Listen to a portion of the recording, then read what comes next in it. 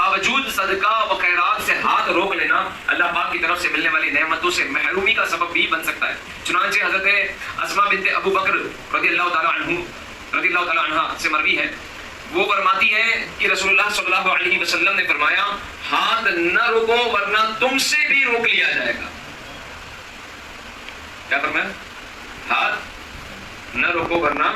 ایک اور روایت مجھے یاد آ رہی ہے، امام غزالی شافعی رحمۃ اللہ تعالیٰ کی کتاب ہے، اس میں صرف حدیث قدسی موجود ہے، صرف حدیث قدسی پتہ ہے کس کو پتہ ہے؟ ہاتھ اٹھائیں، حدیث قدسی کسے کہتے ہیں؟ ہاتھ اٹھائیں، میں آپ سے میننگ نہیں پوچھ رہا ہوں، آپ سے ٹینشن مت لیں، ہاتھ اٹھائیں۔ یہ میں اس لیے بول رہا ہوں کہ آپ کو ایک بات بتا رہا ہوں کہ بھلے اجتماع میں ہم سب چیز آپ کو اچھی نہیں لگے، لیکن کم سے کم ایک تو بات آپ کو سیکھنے ملتی ہے اس اجتماع میں۔ حدیث قدسی اسے کہتے ہیں کہ جو فرامین رب العالمین کے علاوہ قرآن کے ہیں، قرآن کریم میں تو اللہ نے جو کچھ فرمایا سب اللہ کے فرامین ہے قرآن کریم میں، لیکن قرآن کریم کے علاوہ جو حضور نے ہمیں بتایا کہ اللہ نے یہ فرمایا، اللہ نے یہ فرمایا، تو وہ جو حدیثوں میں آیا ہے قرآن میں نہیں ہے، اور حضور نے فرمایا کہ اللہ نے یہ فرمایا، تو اسے حدیث قدسی کہتے ہیں، یعنی اللہ کی وہ فرامین جو قرآن میں موجود نہیں حدیثوں میں، ٹھیک ہے؟ تو آپ اس میں حدیث قدسی بیان کرتے ہیں، اس میں نے یہ پڑھا تھا، اس کا مضمون ہے کہ اللہ فرماتا ہے جب تو میری راہ میں خرچ کرنے سے رک جاتا ہے، جب تو میری راہ میں راہ خدا میں صدقات وغیرہ کرنے سے رک جاتا ہے، اللہ فرماتا ہے میں تجھے وہ حصہ دینا چھوڑ دیتا ہوں۔ جب تو میری راہ میں خرچ کرنے سے رک جاتا ہے تو میں تجھے وہ حصہ دینا چھوڑ دیتا ہوں۔ تو پتہ چلا جو کچھ ہم دے رہے ہیں نا وہ ایکسٹرا ہی آتا ہے ہمارے پاس، ورنہ وہ روک لیتا ہے۔ تو اتنا اچھا موقع ہے کہ جب ہم دے ہی رہے تو دیتے ہی جانے کا، اللہ اور دے گا اور دینے کا اور دے گا، وہ دیتا رہے گا، آپ دیتے جاؤ۔ اچھا شان بھی تو دیکھو کتنی نرالی ہے، دیتا وہ ہے، خرچ ہم کرتے ہیں اور پھر اس کا بدلہ ہمیں دیتا ہے کہ تو نے خرچ کیا، جبکہ دیا اسی نے تھا۔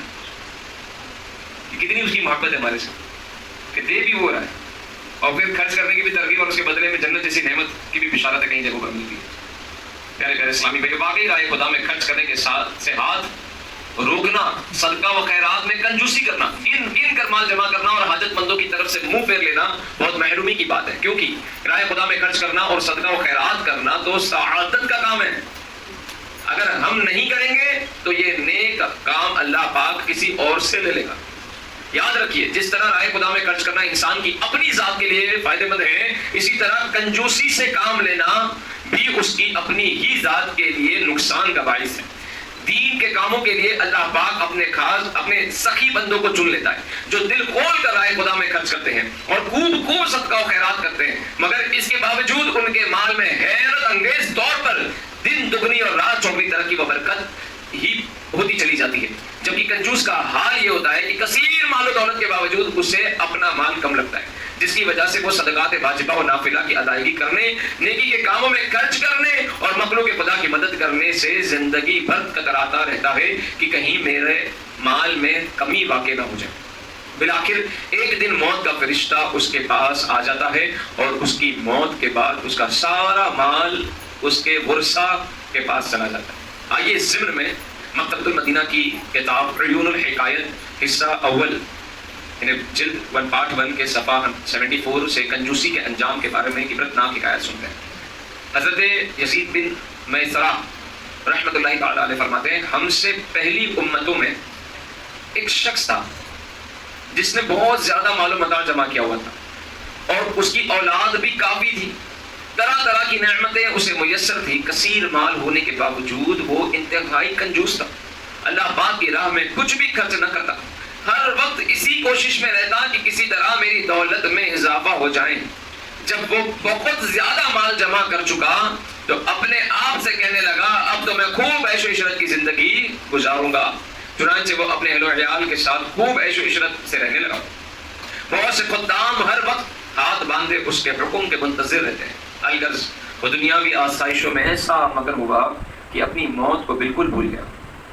ایک دن ملک الموت حضرت اسرائیل علیہ السلام ایک فقیر کی صورت میں اس کے گھر آئے اور دروازہ کھٹکھٹایا۔ غلام فوراً دروازے کی طرف دوڑے اور جیسا ہی دروازہ کھولا تو سامنے ایک فقیر کو پایا۔ اس سے پوچھا تو یہاں کس لیے آیا ہے؟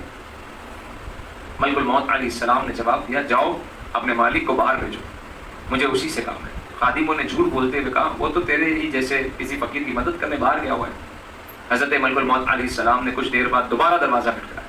غلام باہر آئے تو ان سے کہا جاؤ اور اپنے آقا سے کہو میں ملک الموت ہوں. جب اس مالدار شخص نے یہ بات سنی تو بہت خوفزدہ ہوا اور اپنے غلاموں سے کہا جاؤ اور ان سے بہت نرمی سے گفتگو کرو.